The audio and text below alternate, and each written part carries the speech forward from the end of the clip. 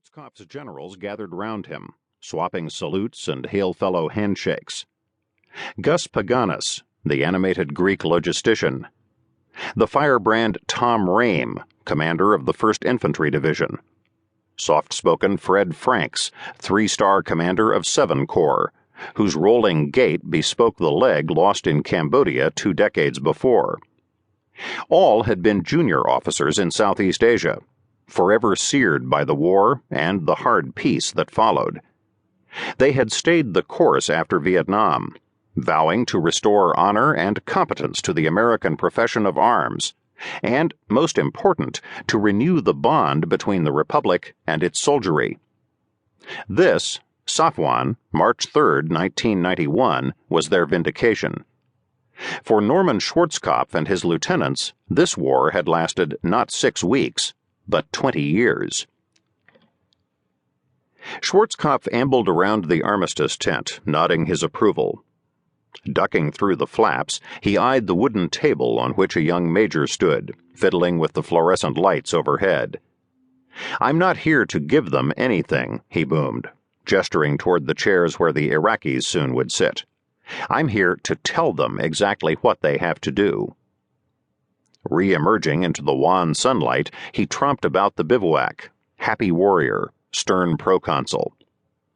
His satisfaction was fairly won.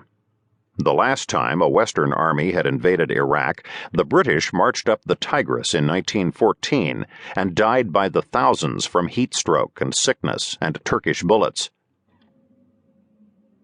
During the air campaign and land invasion commanded by Schwarzkopf, fewer than 300 Allied soldiers had perished.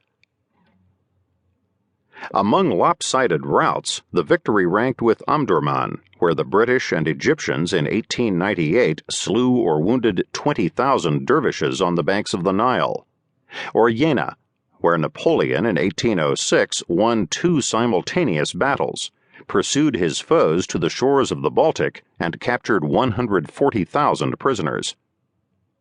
In Schwarzkopf, the Persian Gulf War would provide America with its first battlefield hero in decades. He had crushed the army of Saddam Hussein at minimal cost, committing no significant error of strategy or tactic. He showed tenacity and fixed purpose, as a good commander must. He also possessed the cardinal virtue of detesting war.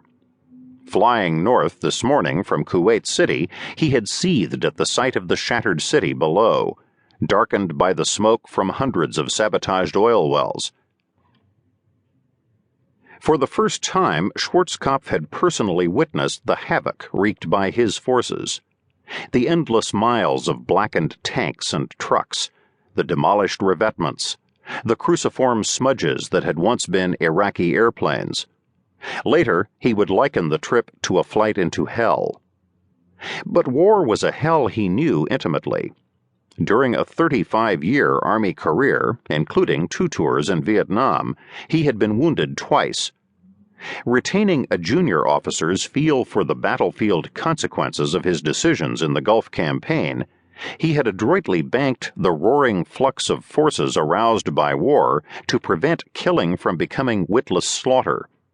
The troops revered him, shortening his formal title, Commander-in-Chief, Central Command, to simply the CINC.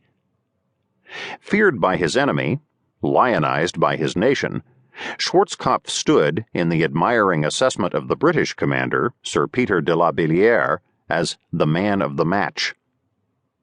And yet, what anguish he had caused! He was, as George C. Marshall wryly said of MacArthur, conspicuous in the matter of temperament. In the cloister of his Riyadh war room, the avuncular public mien disappeared, revealing a man of volcanic outbursts.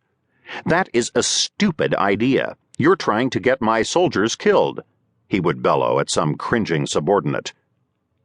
During the previous 6 months, obliquely or directly, he had threatened to relieve or court-martial his senior ground commander, his naval commander, his air commanders, and both Army Corps commanders.